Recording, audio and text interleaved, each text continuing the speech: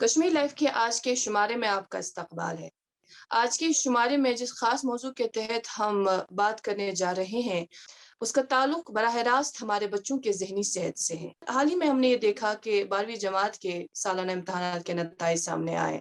उसमें कुछ बच्चों ने बहुत ही अच्छी कारकर्दगी का मुज़ाहरा किया, उन्हें काफ़ी ज़्यादा एप्रिसिएशन मिली। वहीं कुछ बच्चे ऐसे भी थे जो पास तो हुए लेकिन उतने अच्छे मार्क्स से नहीं हुए। तो घर वालों की तरफ से भी, रिलेटिव्स की तरफ से भी, हमसायों की तरफ से भी उन पे प्रेशर बनता है। नतीजा क्या हम देखते हैं, रफ्ता-रफ्ता वही सूरत-ए-हाल, वही सिचुएशन उनके ज़हनों में इस तरह से घर कर जाती है कि जो आगे जाकर डिप्रेशन का एक रूप ले लेती है। आज के इस सेशन में हमने मदऊ किया है मशहूर और मारूफ क्लिनिकल साइकोलॉजिस्ट वसीम कोकरूज साहब को। इस ताल्लुक से बात करेंगे तफ़सीलन। वसीम साहब, आपका बहुत-बहुत इस्तकबाल, बहुत शुक्रिया दावत कबूल करने के लिए। शुक्रिया इस प्रोग्राम में इनविटेशन के लिए। जी हम जिस तरह से अभी अर्ज़ कर रहे थे कि हाल ही में 12वीं जमात के सालाना इम्तिहानात के नताइज सामने आए, तो कई सारे बच्चों पे इसका प्रेशर तो बनता है, मार्क शेमिंग का प्रेशर प्रेशर तो बनता है, पेरेंट्स की तरफ से, रिलेटिव्स की तरफ से, तो कितना कुछ सहेगा ये छोटा-सा देखिए तालीम हमारे मुआशरे में यानी एक इंसान की बहबूदी या एक इंसान की डेवलपमेंट से ज़्यादा जो है मार्केटिंग का सोर्स बन चुका है आज की डेट में। हुँ, कि इससे जो है हर कोई इंस्टीट्यूट अपने अपने हिसाब से अपनी यानी इंस्टीट्यूट को एडवर्टाइज करने के लिए इस्तेमाल करता है कि जी हमारे इंस्टीट्यूट से फलानी 8th पोजीशन आई है लड़के को या लड़की को, हमारे इंस्टीट्यूट में पढ़ के इसने टॉप किया है पूरी वैली में। इससे हम जो है यानी स्टूडेंट कम्युनिटी को इतना ज़्यादा प्रेशर में लाते हैं क्योंकि हमने उनके लिए स्टैंडर्ड्स सेट किए हैं कि भई अगर आप 8th position, 1st position, 2nd position अगर आप पहले 10 पोज़ीशंस में नहीं हो, तो फिर आपके लिए like this world is not for you unfortunately. इससे क्या हो जाता है कि एक बच्चा जो है जैसे आपने भी अभी बताया था कि काफ़ी प्रेशर में आ जाता है और उसकी यानी इमोशंस के साथ एक खिलवाड़ है ये बेसिकली। क्योंकि आखिरकार जब हम देखते हैं 10th या 12th क्लास के मार्क्स कहीं पे यूज़ होते होंगे लेकिन शायद 10th के मार्क्स उतने आज की डेट में कोई मायने नहीं रखते हैं और 12th क्लास के मार्क्स भी तब मायने नहीं रखेंगे अगर इन मार्क्स की बेस पे आप यानी कि आगे अपनी लाइफ में यानी अगर आपको इमोशनल इंटेलिजेंस नहीं है तो सिर्फ मार्क्स की बेस पे आज की डेट में आपका कुछ नहीं हो सकता है। हुँ, अनफॉर्चुनेटली हम आईक्यू को इतना बढ़ावा देते हैं, इतना यानी उस पे यानी एडवर्टाइजमेंट करते हैं, ये जी हमारा बच्चा जो है इसने यानी मैथमेटिक्स में 100% मार्क्स लाए हैं या ओवरऑल इसके 100% मार्क्स लाए हैं। कहने का मतलब ये होता है इन लोगों का कि ये जी बड़ा ही आईक्यू शार्प वाला बंदा है। We keep on talking about IQ all the time. Like या हाँ जी हमारे बच्चे ने इसलिए मार्क्स लाए हैं क्योंकि ये शार्प ब्रेन्ड है, इसने मेहनत की है। Fine, marks may indicate somebody's IQ but it does not indicate somebody's EQ। And आज की डेट में हमारे जवानों के साथ, हमारे यूथ के साथ सबसे बड़ा मसला उनके ईक्यू और एसक्यू के साथ है। ईक्यू हुँ, मींस इमोशनल कोशेंट और एसक्यू मींस सोशल कोशेंट के साथ मसले हैं। और जब इन दो कोशेंट्स के साथ जिस लेवल पर आईक्यू के बारे में बात होती है, जिस लेवल पर देखा जाता है कि हाँ जी 10th क्लास में इसने मैट्रिक में यानी मैथमेटिक्स में इसने 100% मार्क्स लाए हैं, तो this is being kind of flaunted, है ना। या ये हमारा बच्चा जो है ब्रेनी है क्योंकि इसको मैथमेटिक्स में 100% मार्क्स आए या ओवरऑल हर सब्जेक्ट में इसको 90 से ऊपर मार्क्स हैं। We talk of somebody's IQ basically. इससे कुछ नहीं होने वाला है, मैं आई विल रिपीट इट, इससे कुछ नहीं होने वाला है आज की डेट में जब तक एक इंसान का ईक्यू या एसक्यू यानी स्ट्रांग नहीं होगा। क्योंकि आज की डेट में अगर आप किसी भी कॉम्पिटिटिव एग्जाम की बात करेंगे वहां पे नंबरों से लोग पीछे नहीं छूटते हैं, वहां हुँ, पॉइंट से 1.1 से 1.5 के बीच में फंसा होगा अच्छा खासा तादाद स्टूडेंट्स का। वहां पे बिल्कुल। अब ये जो आगे से बंदा है जो ये चूज कर लेगा कि किसको, ये डिसाइड कर लेगा कि किसको लें और किसको नहीं लें, उसके पास जब जी, दोनों ही बंदे सेम मार्क्स के आ गए, अब क्या चीज उसको डिफरेंशिएट करने में हेल्प कर लेगी? वो है हुँ, आगे से वो जो स्टूडेंट है जिसको लेना है, किसी एग्जाम में क्वालिफाई करना है, या कोई यानी कोई ऐसा बंदा जो किसी जॉब के लिए अप्लाई किया हुआ है, उसका ईक्यू क्या बोल रहा है। यानी कि जब ये जो यानी इंटरव्यूअर है जो इंटरव्यू कर रहा है, जब उसके पास दो बंदे हैं जिनको सेम मार्क्स हैं, वो ये देखेगा कि इस बंदे का जी, अब मैं ईक्यू के बेस पर देखता हूं दो में से किसको लेना चाहिए। ईक्यू क्या मतलब होता है, इसका एंगर मैनेजमेंट कैसा है, इसकी असर्टिवनेस कैसी है, इसकी ओवरऑल पर्सनालिटी कैसी है, इसका यानी टीम वर्क का आइडिया क्या है। ये सब चीजों पर अगर इसके माँ बाप ने इसकी लाइफ में काम नहीं किया होगा, भले ही ये टॉपर्स में ही क्यों ना गिना गया हो अपने करिकुलर रिकॉर्ड में, अपने एकेडमिक रिकॉर्ड में, तो शायद he will fail in that interview only because his parents could not focus on his emotional quotient or social quotient।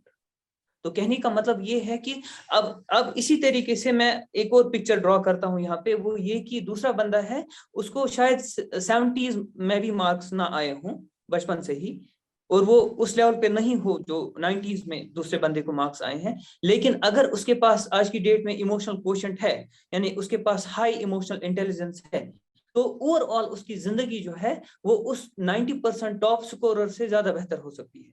Because बिल्कुल। life is not only about marks, life is about relationships, life is about teamwork, life is about handling the relationships, handling frustrations, life is about having empathy for people, life is about not boasting about your achievements to such a level that you become grandiose about yourself।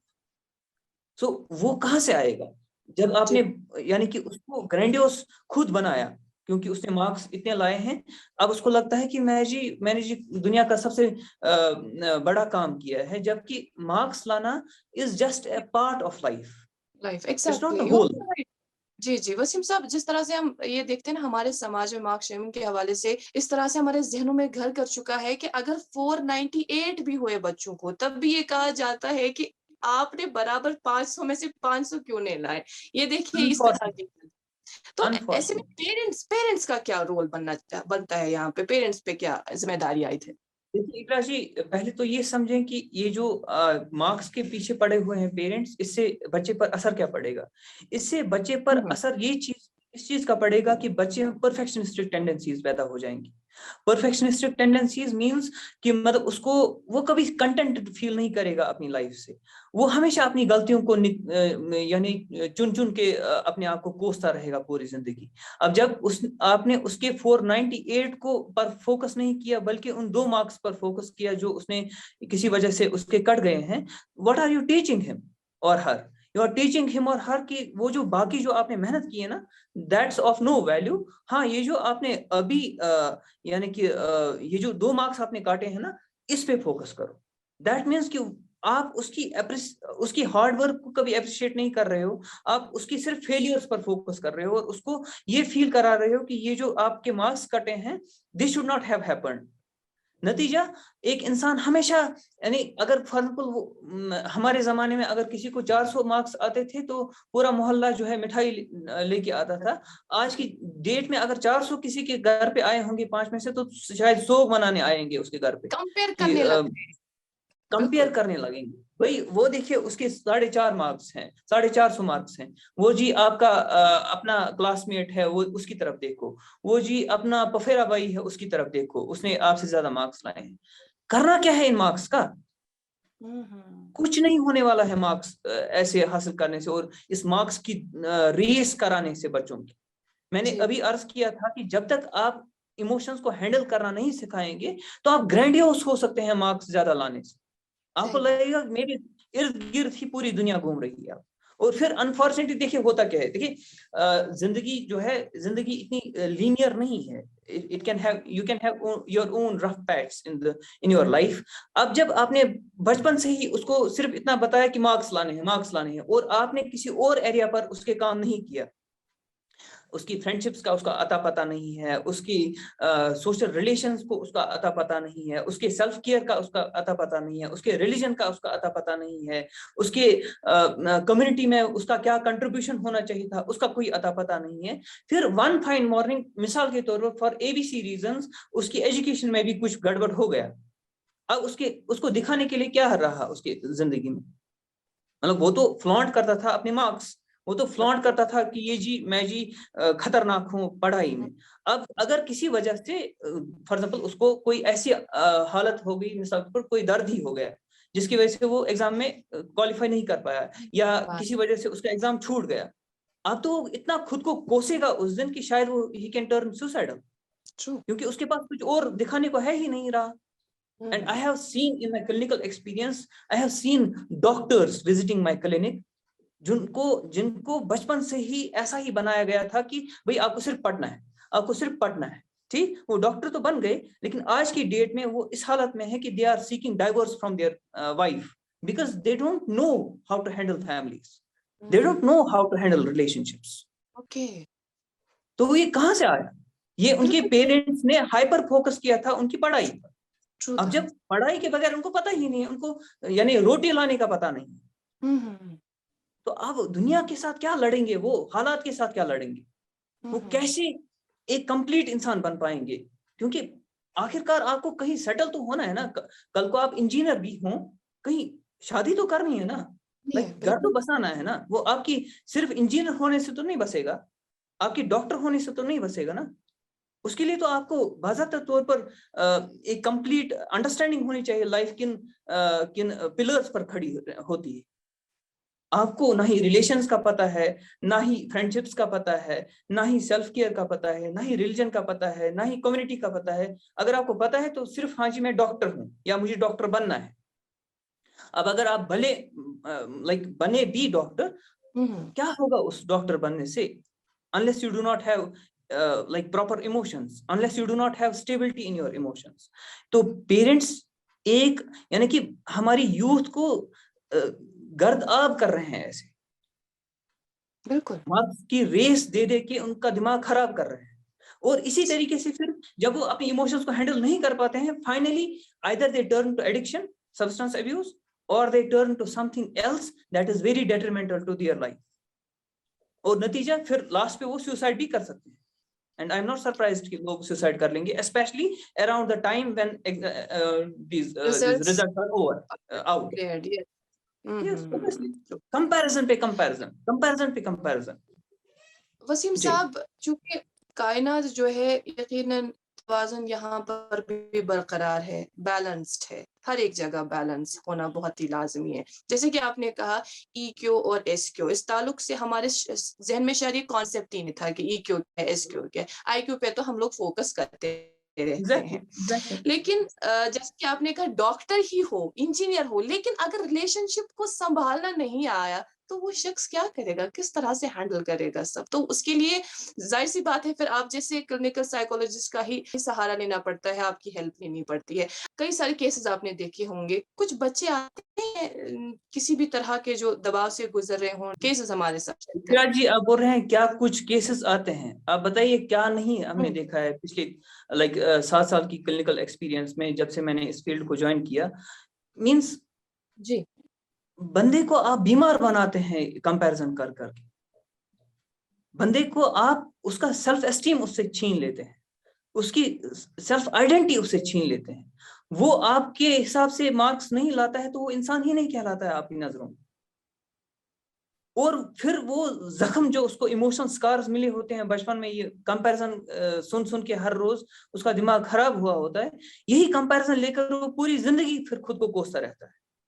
और फिर वो मुख्तलिफ emotional disorders का शिकार हो जाता है, और फिर जिसके लिए फिर उसको क्लिनिकल साइकोलॉजिस्ट और साइकियाट्रिस्ट की हेल्प की जरूरत पड़ती है। उसको यानी अंदर से ही वो, जब आपने उसको कंपेयर करते रहे, कभी उसकी हाइट के लिए कंपेयर किया, कभी उसके नंबर्स के लिए कंपेयर किया, कभी उसकी शक्ल के लिए कंपेयर किया, कभी उसके रंग के लिए कंपेयर किया, कभी उसके हाव भाव के लिए कंपेयर किया, अपने ही भाई के साथ कंपेयर किया, हमसाये के साथ कंपेयर किया, क्लासमेट के साथ कंपेयर किया। इसकी बेसिस पे वो इम्बाइब करता है अपने आप के बारे में कि मैं एक इम्परफेक्ट इंसान हूँ, मैं एक डिफेक्टिव इंसान हूँ।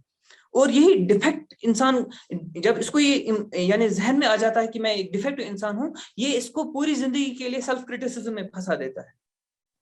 ये अभी तक इसको अगर माँ बाप क्रिटिसाइज करते थे, अब ये खुद को खुद क्रिटिसाइज करना शुरू करेगा। उसके बाद फिर अभी बोलेगा कि अब अगर मैं डिफेक्टिव हूं तो मुझे अब कुछ ऐसा करके करना है, ऐसा करके दिखाना है दुनिया को जिसे जो अभी तक किसी ने नहीं किया होगा। तो ये क्या करता है, ये कुछ ऐसे स्टैंडर्ड सेट करता है अपने लिए जो नॉन अचीवेबल है ह्यूमन बीइंग के लिए, यानी कि परफेक्शनिस्टिक टेंडेंसीज, इन्हीं को हम कहते हैं. So you try to be perfect, and since nobody can be perfect, so they fall back on their self criticism. जब उनने स्टैंडर्ड कुछ ऐसे सेट किए अपने लिए, अपने सेल्फ क्रिटिसिज्म की वजह से कुछ ऐसे स्टैंडर्ड किए सेट किए अपने लिए जो अचीवेबल नहीं है, फिर जब वो देखते हैं कि they could not achieve those targets, they fall back on their self criticism. इस तरीके से वो एक लूप में फंस जाते हैं सेल्फ क्रिटिसिज्म और परफेक्शनिज्म की. और इस तरीके से उसके बाद कोई भी इमोशनल डिसऑर्डर हो सकता है, जो कि हमने हमारी हर रोज क्लिनिकल एक्सपीरियंस का हिस्सा है. कभी किसी को एंजाइटी डिसऑर्डर अब हो गया है, अब किसी को डिप्रेशन हो गया है, किसी को बाइपोलैरिटी हो गई है, किसी को ओसीडी हो गया है. तो ये है नतीजा इस चीज का. अच्छा, तो मतलब बचपन से ही आप उसको कंपेयर करते रहे और वो पूरी जिंदगी आप अपने आप से खुश नहीं रहेगा. और जितना वो दिन ब दिन हार्श होता चला जाएगा अपने आप के लिए, जितना हार्श वो अपने लिए बन जाएगा, उतना ही हार्श वो फिर अपनी रिलेशंस में भी बन जाएगा. सही बात अब है. यहाँ पे मुझे एक एग्जांपल याद आती है, अगर आपने 3 इडियट्स देखी हो. हाँ, 3 इडियट्स में वो जो प्रिंसिपल है वो इतना हार्श था अपने ही लिए कि वो उसको नहीं समझ आ रहा था कि मैं बहुत हार्श बाकी लोगों के लिए हूँ, क्योंकि उसने वो हार्शनेस इम्बाइब की थी पहले अपने ही आप में, अपनी ही जिंदगी में. तो ये नतीजा बनता है जब आप बच्चे को, यानी इस तरीके से आप एक inter generational cycle of abuse में फंसा देते हैं जनरेशंस. एग्जैक्टली जमाना चूंकि बहुत बदल गया, हम लोगों ने ये देखा कि 2-3 दहाई से हम लोग देख रहे हैं चेंजिंग वर्ल्ड है, अलग दुनिया है. आज की दुनिया में भी अगर हम यहाँ देखें, बच्चा जो ही 10वीं जमात का इम्तिहान पास कर लेता है, अब उसकी ख्वाहिश क्या है? वो चाहता है फॉर इंस्टेंस आर्ट्स में जाना, वो चाहता है कॉमर्स लेना, लेकिन घर वालों की तरफ से प्रेशर है, आप जी ये सब्जेक्ट ले लो, साइंस ले लो, नॉन मेड ले लो, आपको डॉक्टर बनना है, इंजीनियर बनना है. एक तो वो बोझ, फिर आगे जाके जब 12th में उस तरह की कारकर्दगी का मुजाहरा नहीं कर पाता, तो फिर एक और प्रेशर. ऐसे में बच्चा किस तरह से ये सारी सिचुएशन हैंडल करे? डॉक्टर बनने की दौड़ में लोग बांग्लादेश चले गए, क्योंकि वो भी डॉक्टर है, ये भी डॉक्टर है, अब मुझे भी डॉक्टर बनना है. जब वो बांग्लादेश पहुंच गए 50 लाख का इन्वेस्टमेंट करके, उसके बाद दे फेल्ट सुसाइडल, क्यों? अब उनको वो करिकुलम या उनको वो सिलेबस कवर करना नहीं आ रहा है. अब वो कहाँ जाए? अब उसको गिल्ट सताएगा कि मेरे माँ बाप ने 50 लाख का इन्वेस्टमेंट किया है, अब मैं क्या करूं? फाइनली वो सुसाइड कर लेगा. जी, क्योंकि लोग डॉक्टर बन रहे हैं, मुझे भी बनना है, क्योंकि मेरे माँ बाप की एक्सपेक्टेशन है मैं भी डॉक्टर बनूं. ये देखने के बगैर कि बच्चे में वो मतलब ये बच्चा जरूरी नहीं है कि डॉक्टर ही बनना है इसको. हो सकता है ये आर्ट्स में एक अच्छा काम कर सकता था, एक अच्छा नाम कमा सकता था. हो सकता है ये लिटरेचर में कोई अच्छा काम कर सकता था. हो सकता है ये लैंग्वेज में कुछ अच्छा काम कर सकता था. लेकिन नहीं, आपको डॉक्टर ही बनाना है बच्चे को. सही बात है. अच्छा, चूंकि ये तो रही इसकी बात के जो रिजल्ट सामने आते हैं, फिर पेरेंट्स का क्या रद्द-ए-अमल रहता है, किस तरह से बच्चों को प्रेशराइज किया जाता है. अब हम दूसरे स्फेयर की ओर आते हैं. हमने ये देखा कि कोविड-19 के वबाई दौर में चूंकि ऑफलाइन मोड के जरिए बच्चे तालीम नहीं हासिल कर पाए, स्कूल नहीं जा सके, तो घर बैठे ऑनलाइन मोड के जरिए ही वो तालीम हासिल करते थे. फोन दे दिया पेरेंट्स ने, वो कमरे में बैठे हैं, क्लासेस भी अटेंड कर रहे हैं, लेकिन इन बिटवीन नहीं मालूम कि क्या हो रहा है, नहीं पता कि रफ्ता-रफ्ता बच्चा किस रास्ते की ओर जा रहा है. इस ताल्लुक से बताइएगा कि ऑनलाइन मोड के ज़रिए से जो बच्चे कंटिन्यूअसली पढ़ रहे हैं, पूरा दिन उनके हाथ में फ़ोन होता है, उससे उनके ज़हन पे किस तरह के असरात मुरत्तब होते हैं? देखिए, इस पे मैंने रिसेंटली ही एक प्रोग्राम भी किया, स्क्रीन की वजह से हमारे यूथ पर कितना बुरा असर पड़ रहा है. और इस हवाले से यानी कुछ दिन पहले लाइक इन राइटिंग भी मैंने अपना एक इंटरव्यू रिकॉर्ड करवाया था. तो आप पूछ रहे थे कि स्क्रीन का क्या असर पड़ता है. स्क्रीन बेसिकली एक एडिक्शन बन सकता है, क्योंकि जैसे एक चर्च जिस तरीके से दिमाग पर काम करती है, इसी तरीके से स्क्रीन भी दिमाग पर काम करती है. स्क्रीन भी यानी कि उन सेंटर्स को एक्टिवेट करती है जिन सेंटर्स को यानी आपका चर्च या हेरोइन जैसी चीज एक्टिवेट करती है. नतीजतन हमारे बच्चे जो हैं स्क्रीन एडिक्शन का शिकार हो रहे हैं बेसिकली। उनको रियल प्ले ग्राउंड में दूसरे बच्चों के साथ खेलने की जो एक टेंडेंसी होती है, उसमें कोई अब इंटरेस्ट नहीं रह रहा है। बिकॉज देखिए, एग्जांपल मैं लेता हूं कि एक क्रिकेट वो खेली जाती है जो हम ग्राउंड पे खेलते हैं, जहां पे 4 बंदे अपनी टर्न का वेट करेंगे। दूसरी क्रिकेट आप मोबाइल पे खेलेंगे। अगर आप ग्राउंड क्रिकेट की बात करें, तो अगर आप चौथे नंबर पर हैं, इन 4 प्लेयर्स में से चौथे नंबर पर हैं, तो आपको 4 प्लेयर्स तक वेट करना पड़ेगा। आपको बाकी प्लेयर्स को जो है उनकी टर्न देनी पड़ेगी, उनके लिए बॉलिंग करनी पड़ेगी, उनके लिए फील्डिंग करनी पड़ेगी, तब जाके आप 4th नंबर पर अपनी टर्न ले सकते हैं। फर्ज कीजिए कि अब आप जब आए अपना क्रिकेट खेलने के लिए, आप पहली ही बॉल पे आउट हो गए। it can be quite like a frustrating situation for that person. लेकिन अगर आप मोबाइल पर ही गेम खेलते हैं और आप आउट हो गए, आप दूसरे ही सेकंड नई गेम शुरू कर सकते हैं। You don't have to wait for people. You don't have to wait for people to give turn to you. इस तरीके से बच्चा जो है वो इम्पल्सिव बन सकता है, क्योंकि आप इम्पल्स को अब हैंडल ही नहीं सीख ही नहीं पा रहे हैं कि इम्पल्स कैसे हैंडल करना है। This is just one of those problems with screen. लेकिन अनफॉर्चुनेटली कोविड-19 की वजह से जो हमारे एजुकेशन सिस्टम में चैलेंज आ गए, जिसकी वजह से यानी कि स्क्रीन का इस्तेमाल करना पड़ा। लेकिन अनफॉर्चुनेटली अगर फॉर एग्जांपल 6 घंटे उसको आप स्क्रीन यूज करना भी पड़े फॉर एग्जांपल इस बच्चे को फॉर स्टडीज, उसके बाद भी वो शाम के 10 बजे तक स्क्रीन हाथ में पकड़ा रहता है। इसके जिम्मेदार इसके वालिदैन हैं। बिल्कुल, क्योंकि बिल्कुल। बच्चा है आखिरकार, इसको नहीं पता कि इसका क्या असर पड़ सकता है मेरी जात पर। जब तक पेरेंट्स को नहीं समझ आएगा कि they need to replace that screen with something else, something that can be at least if not equally attractive but at least as a replacement. और जब तक पेरेंट्स उसके बाद इस पर्टिकुलर टाइम के बाद बाज़ाब्ता तौर पर उनके पेरेंटल कंट्रोल सॉफ्टवेयर्स यूज करने पड़ेंगे आज की डेट में, ताकि उसके बाद उसका वो मोबाइल काम ही ना करे। जी, क्योंकि सुनाने से कुछ नहीं होगा। आप कितनी ही आवाज इनको सुनाएं कि इससे आंखें खराब होंगी, इससे ये होगा वो होगा, इससे कुछ आवाज पढ़ने से वो पीछे हटने वाले नहीं हैं। उसके लिए बाज़ाब्ता तौर पर आपको पेरेंटल कंट्रोल सॉफ्टवेयर्स इंस्टॉल करने पड़ेंगे in your screens, be it tablet, be it mobile और बी इट समथिंग एल्स। तो तब जाके आप, और at the same time you should have a replacement in your mind as a parent कि अगर ये स्क्रीन को यूज नहीं करता है तो फिर क्या कर लेगा, so that he gets involved in some other activities such as games. कई सारे बुक्स अवेलेबल हैं इंटरनेट पर जिनका आप इस्तेमाल कर सकते हैं, जिनसे आप एज और ग्रेड के हिसाब से बच्चों को एंगेज कर सकते हैं डिफरेंट एक्टिविटीज। या इसी तरीके से और हमारे वक्त में जो है हमारी माएँ या हमारे एल्डर्स हमें कहानियां सुनाया करते थे। That's gone. Yeah. That's gone. You need to replace the screen by healthy activities basically. तब जाके इनका असर जो है कम हो सकता है। जी। True that. अब देखिए ना, मतलब आम ज़हन क्या कहता है, जैसे हमारे पास आजकल सोशल मीडिया अलग-अलग ऐप्स की भरमार है, व्हाट्सएप हो, इंस्टाग्राम हो, फेसबुक हो। अब अगर कोई शख्स ये कहता है कि मैं जी व्हाट्सएप पे या फेसबुक पे या इंस्टा पे नहीं हूँ, अब आप देखिए लोगों का क्या रिएक्शन रहता है कि क्यों नहीं हो? मतलब ये इस तरह से लाज़मी करार दिया गया है कि अब दूसरा बंदा भी मजबूर हो जाता है जो इन ऐप्स को यूज़ नहीं करता, वो भी फिर इनको यूज़ करने लगता है। तो ज़ाहिर-सी बात है, फिर एडिक्शन बढ़ जाती है।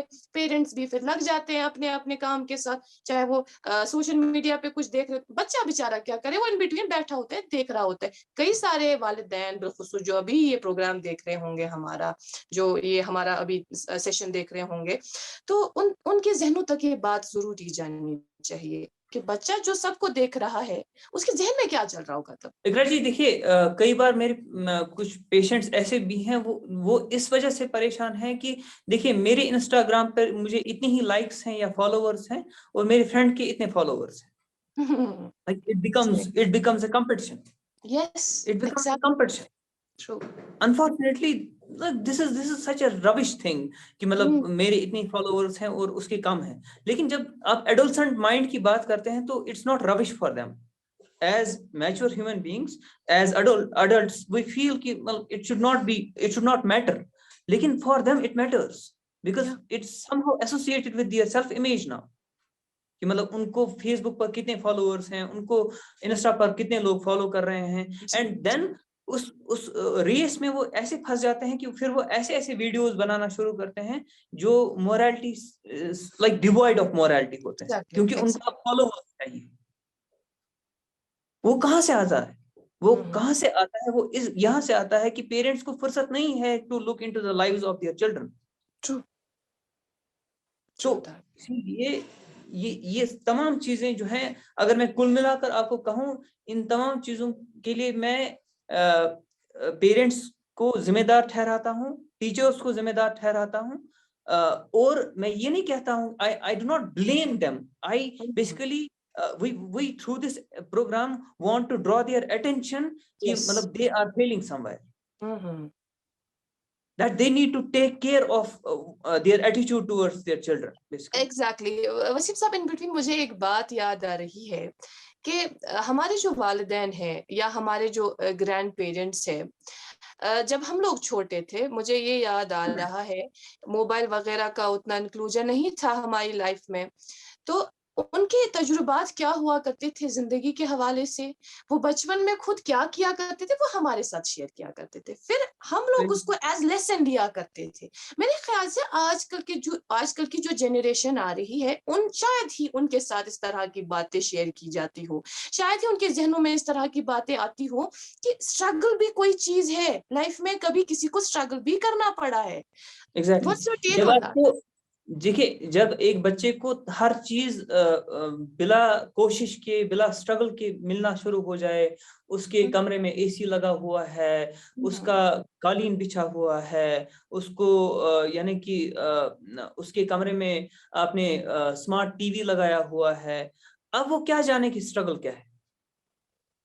नतीजा आपने इस ओवर पैम्परिंग से उसको इमोशनली अनस्टेबल ही बनाना है आगे जाकर, क्योंकि देखिए जो एसिड अटैक जैसी केसेस फिर यस यस। आ जाते हैं, वो इसलिए भी आ जाते हैं because you are not able to handle your emotions. Emotions, true मतलब आगे दैट। से बंदे ने ना कहा आपकी फॉर एग्जांपल प्रपोजल को कि जी मुझे आपके साथ रिलेशनशिप नहीं रखना है, you could not handle yourself, you could not handle your emotions, क्योंकि हो सकता है उसको ना सुनने की आदत ही नहीं थी आदत बचपन ना से, हो, बिल्कुल, एग्जैक्टली। है ना। बचपन से ही अभी इसने मुंह से निकाला नहीं था कोई चीज, तो पेरेंट्स ने वो अलादीन की चिराग की तरह सामने पैदा वो चीजें सामने रख दी। तो अब जो ही उसको ना सुना उसने किसी बंदे से, तो it can be very kind of hurtful for that person, with the result he may turn into rage, kind of he may not be able to handle his anger, and that anger can turn into rage। और फिर जब raise आ गया दिमाग पर, तो उसके बाद आप क्या करते हैं, you don't have any control over what you are doing. तो ये कहां से आया? ये ओवर पैम्परिंग से आया, ये वालिदैन की ओवर पैम्परिंग से आया, जिनने बच्चे ने अभी मुंह से कुछ निकाला नहीं था और वालिदैन ने वो सामने पेश कर दिया रखी होती, सही बात है। आप। इस वजह से आपने बच्चे को स्ट्रगल करना सिखाया ही नहीं, और जब वो स्ट्रगल ही नहीं समझ पाया कि स्ट्रगल की एसेंस क्या है लाइफ में, तो वो इमोशनली स्टेबल कैसे हो सकता है। बहुत ही अब बिल्कुल सही फरमाया आपने। मेरे दरअसल इस सवाल का मकसद यही था, जिस तरह से फिर आपने बात को मोड़ा, वो ये कि एसिड अटैक के मामलात, इस तरह के मामलात जो हमारे समाज में पेश आ रहे हैं, दरअसल यही है कि बच्चे को सच में ना सुनने की जब हम आदत नहीं डालते, तो फिर वो इसी तरह के एक्ट्स में मुलविस होते हैं, जो कि बहुत गलत है। अगर हम इज्तिमाई तौर पर हम इसको कंडमन तो करते हैं, लेकिन अफरादी सतह पर हमारी क्या कोशिश है रहनी चाहिए, उससे हम पीछे रहते हैं। वसीम साहब, आपका बहुत बहुत शुक्रिया, आपने हमारे लिए ये कीमती वक्त निकाला, बहुत बहुत शुक्रिया इसके लिए। Thank you so much for being with us. शुक्रिया। सलाम अलैकुम। Thanks a lot.